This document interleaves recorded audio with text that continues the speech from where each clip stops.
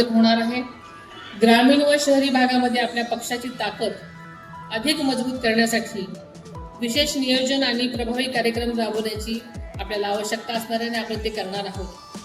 त्याचबरोबर सुरू असलेल्या SIR म्हणजे आताच आपण जो व्हिडिओ पाहिला याचा निवडणूक प्रोग्राम म्हणजे मतदार याद्यांच्या विशेष पडताळणी मोहिमेच्या पक्षाच्या वतीनं नियुक्त केलेले BLA यांनी निवडणूक आयोगाच्या BLO याच्याशी समन्वय साधून अत्यंत अचूक आणि जबाबदारीने काम करावं। मतदार यादी हा निवडणूक प्रक्रियेचा आत्मा आहे।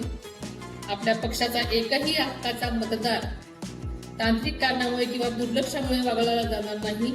यासाठी सर्व नेते, लोकप्रतिनिधी, पदाधिकारी आणि कार्यकर्त्यांनी याकडे गांभीर्याने लक्ष घालून माझा बूथ माझा गाव या संकल्पनेतून काम करावं असं मी सूचित करते।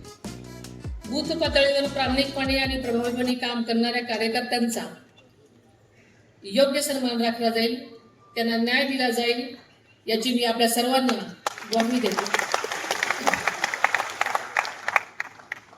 आज आपल्या समोर सर्वात मोठं ध्येय आहे ते म्हणजे संघटना अधिक मजबूत करण्याचं।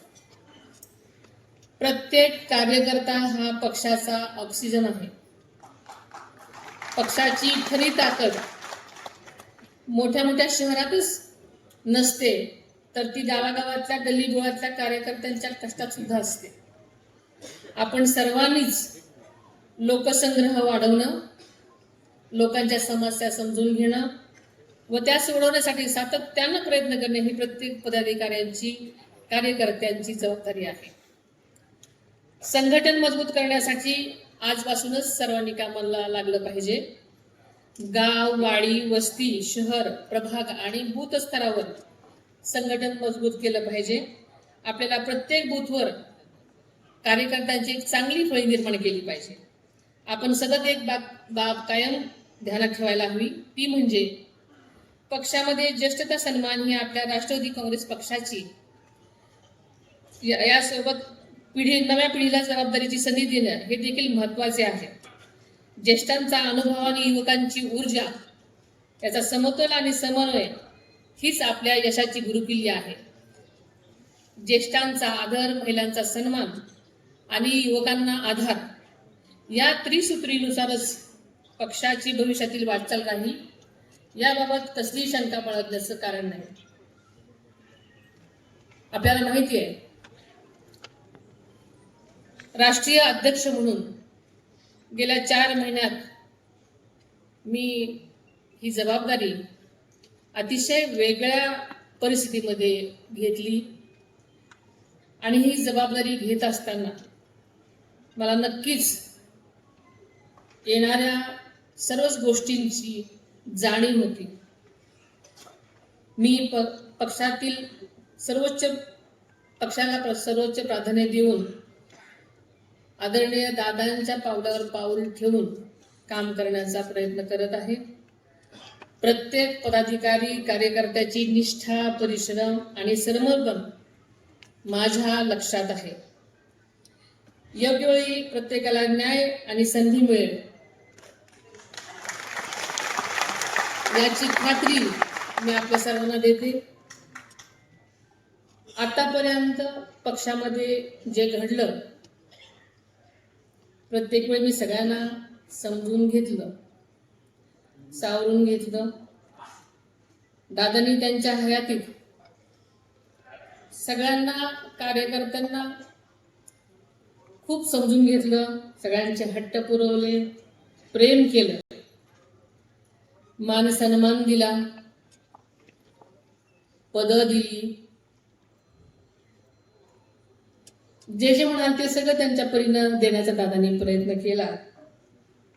यापुढे मी पक्षाच्या हिताला सर्वोच्च प्राधान्य देईन। कुणाचाही अनावश्यक हस्तक्षेप यामध्ये असेल तर नक्कीच विचार केला जाईल।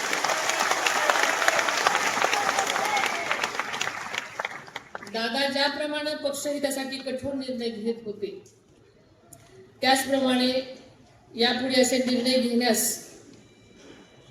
खरं तर माझ्या स्वभावाप्रमाणे जड जाईल, पण नक्कीच न्याय देण्यासाठी दादांच्या पावलावर पूरक जाण्याचा प्रयत्न मी सतत करत राहील. मला खात्री आहे पक्षाचे कार्यकर्ते, पदाधिकारी, सर्वच सहकारी हे पक्षहिताच्या निर्णयास माझ्यासोबत कायमच असतील आणि साथ देतील. पक्षात आणि सरकारमध्ये महत्त्वाची जबाबदारी सांभाळणाऱ्या प्रत्येक पदाधिकारी, नेत्यांनी आणि सर्वच आपल्या कार्यकर्त्यांनी अधिक जागरूक पद्धतीने काम करण्याची माझी अपेक्षा आहे.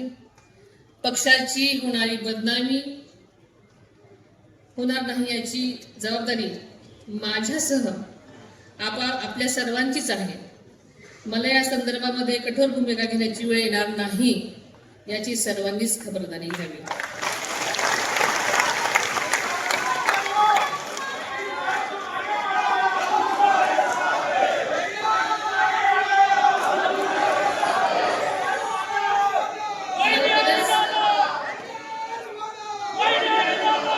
लवकरच विविध महामंडळांच्या सदस्यांच्या नियुक्त्या केल्या जाणार आहेत. आपल्या वाट्याला येणाऱ्या महामंडळावरील नियुक्त्या करताना पक्षनिष्ठा आणि पक्षासाठी समर्पण हे महत्त्वाचे निकष विचारात घेतले जातील. महामंडळासाठी पक्षाकडे ज्यांनी अर्ज केले असतील त्यांची सगळे मिळून आम्ही विचार करू. त्यामुळे कुणीही काळजी करण्याचं कारण नाही. पक्षातील माझ्या इतर सर्व सहकाऱ्यांसोबत या सगळ्या गोष्टींची चर्चा होईल.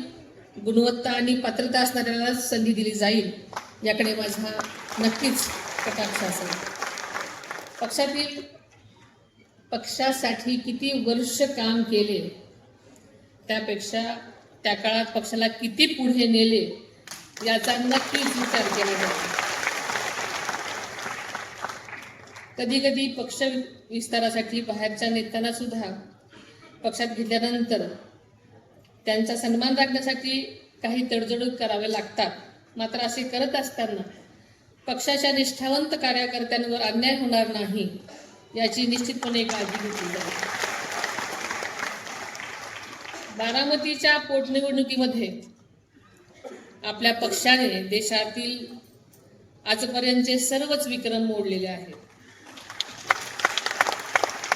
आदरणीय अजितदादांवर जीवापाड प्रेम करणाऱ्या बारामतीकरांचा मला खरोखरीच सार्थ अभिमान आहे. बारामतीकरांच्या प्रेमामुळे आणि अजितदादांनी बारामतीमध्ये उभा केलेल्या विकासाच्या डोंगरामुळे मला एवढं प्रचंड मताधिक्य मिळालं आणि याची मला पूर्ण जाणीव आहे आणि खरोखरच अभिमानही आहे. बारामतीच्या सर्व मतदारांचे आणि माझ्या निवडणुकीसाठी काम करणाऱ्या सर्वच माझ्या पक्षातील माझ्या कुटुंबाचे पुन्हा यंदाचा वर्धापन दिन आपण आदरणीय अजितदादांना समर्पित केलेला आहे. आदरणीय दादांनी राज्याच्या विकासासाठी आणि पक्षाच्या बळकटीसाठी गेली अनेक वर्ष पूर्णपणे स्वतःला समर्पित केलेलं आहे. म्हणून आपण सुरुवातीलाच आदरणीय दादांसाठी ह्या समर्पणाची भूमिका घेतलेली होती. राज्याच्या प्रगतीसाठी त्यांनी सातत्याने संघर्ष केलेला आपल्याला माहिती आहे आणि तो आपल्या सगळ्यांच्या समोर आहे. दादांचं कामाची पद्धत आज कुणालाही नवीन नव्हती. त्यांचा संघर्षही सगळ्यांनी आपल्या समोर पाहिलेला आहे आणि म्हणूनच ही संघर्षाची जी दादांनी केलेला संघर्ष सगळ्यासमोर ठेवून जे योगदान दिलंय त्यासाठी हे आपण संघर्ष आणि संकल्प असं आपण असायला नाव दिलेलं होतं. दादांनी जे कठोर परिश्रम घेतले आणि प्रत्येकात समाजातील प्रत्येक घटकाच्या विकासाला दादांनी प्राधान्य दिलेलं आपल्या सगळ्यांना माहिती आहे. त्याच्यामध्ये शेतकरी असेल, कामगार असेल, युवक, महिला, उद्योजक आणि वंचित घटकांना न्याय मिळावा, त्याच्या प्रगतीच्या नव्या संधी निर्माण व्हाव्यात यासाठी दादांनी अहोरात्र प्रयत्न केलेले आपल्या सगळ्यांना माहिती आहे. राज्याला देशाच्या सर्वोच्च स्थानी नेण्यासाठी प्रत्येक घटकाचा सर्वांगीण विकास करण्याचा त्यांचा मानस होता. त्याचबरोबर राष्ट्रवादी काँग्रेस पक्षाला अधिक बळकटी देऊन संघटना अधिक रचनात्मक करण्याचा त्यांचा संकल्प होता आणि हाच संकल्प आपल्याला सगळ्याला मिळून पुढे न्यायचा आहे. आदरणीय दादांनी पक्ष संघटन आणि कार्यकर्त्यांना बळ देतानाच लोकहितासाठी अविरत कष्ट घेतले. पक्षस्थितीबाबत त्यांचा असलेला कटाक्ष, निर्णय क्षमता, नेतृत्व, कार्यकर्त्यांवरील त्यांचा विश्वास आणि सर्वसामान्य जनतेच्या प्रती असलेली बांधिलकी ही दादांची कायमची शिदोरी आहे. आणि आज आदरणीय दादा आपल्यामध्ये जरी नसले पण त्यांचे विचार, त्यांची मूल्य आणि त्यांची कामाची पद्धत आपल्यासाठी सर्वांसाठीच नेहमीच मार्गदर्शक ठरणार आहे. आदरणीय दादांची जागा खरं तर सर्वांनाच माहिती आहे, कोणीही घेऊ शकणार नाही आणि हे वास्तव. परंतु त्याचा विचार, त्यांनी दाखवलेला विकासाचा मार्ग आणि सामान्य माणसाबाबतची त्यांची बांधिलकी हीच आज आपल्या पक्षाची सर्वात मोठी ताकद आहे आणि यावर माझा विश्वास आहे. आदरणीय दादांच्या पश्चात आपला सर्व राष्ट्रवादी परिवार एक कुटुंब म्हणून माझ्या पाठीशी खंबीर उभा राहिला याची मला जाणीव आहे आणि अभिमान सुद्धा आहे आणि याची जबाबदारी किती मोठी आहे हेही मला समजते. 3 वर्षापूर्वीच आदरणीय दादांनी पक्षाच्या राष्ट्रीय अध्यक्षपदाची धुरा सांभाळली.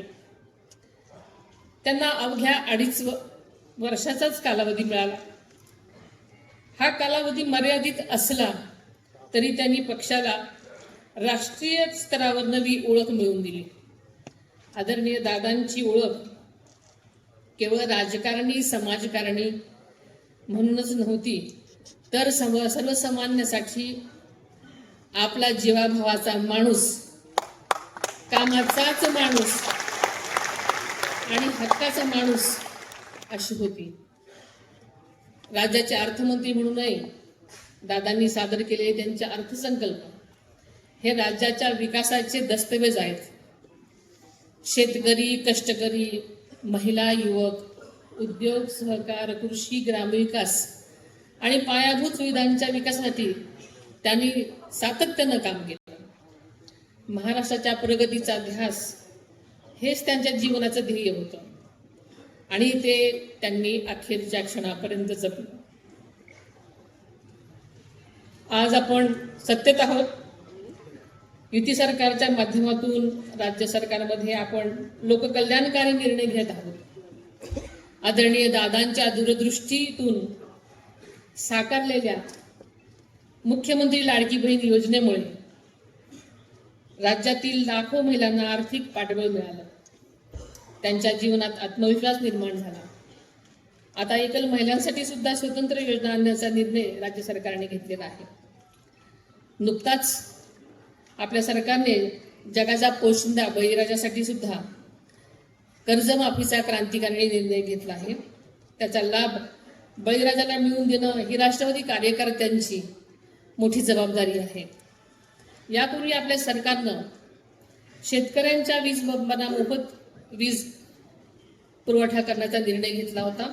अशा अनेक लोककल्याणकारी योजनांना दादांनी सतत प्राधान्य दिलं. राष्ट्रवादी काँग्रेस पक्ष केंद्रात आदरणीय पंतप्रधान मोदी आणि अमित भाईंच्या नेतृत्वाखालील NDAच्या सोबत राज्यात आपण महायुतीसोबत काम करत असताना महाराष्ट्राच्या हितासाठी राष्ट्रीय प्रवाहाशी जोडून काम करताना राष्ट्रवादी काँग्रेस पक्ष महाराष्ट्र धर्माची लढाई निष्ठेने लढत राहील याची आजच्या या प्रसंगी मी आपल्या सर्वांनाच ग्वाही देते. अल्पसंख्याक, मागासवर्गीय, OBC, आदिवासी समाजासह प्रत्येकच समाज घटकाला सुरक्षित वाटेल अशी सामाजिक भावना रुजवणं ही आपली सर्वांची जबाबदारी आहे. राजकारणाच्या नावाखाली जाती जातीमध्ये, धर्माधर्मामध्ये फारकत करणाऱ्या प्रवृत्तींना राष्ट्रवादी काँग्रेस पक्षामध्ये कधीही थारा देणार नाही.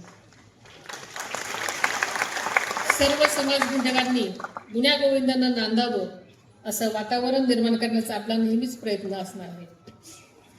त्यासाठी राजकीय तडजोड करावी लागली तरी त्याची तयारी आपण सगळ्यांनीच ठेवायला पाहिजे. आगामी काळामध्ये राज्यातल्या उर्वरित सर्व स्थानिक स्वराज्य संस्थांच्या निवडणुकांना आपल्याला सगळ्यालाच सामोरं जायचं आहे. त्यासाठी पक्षाचे ज्येष्ठ नेते, लोकप्रतिनिधी, संघटनेचे पदाधिकारी आणि कार्यकर्त्यांनी निवडणूक जिंकण्यासाठी नियोजनपूर्वक तयारी करून कामाला लागलं पाहिजे. येत्या काळामध्ये येणाऱ्या मतदारसंघ पुनर्रचनेमुळे विशेषतः शहरी भागातील मतदारसंघाची संख्या मोठ्या प्रमाणात वाढणार आहे. आत्ताच आपल्याला प्रफुल्ल पटेल साहेबांनी सांगितलं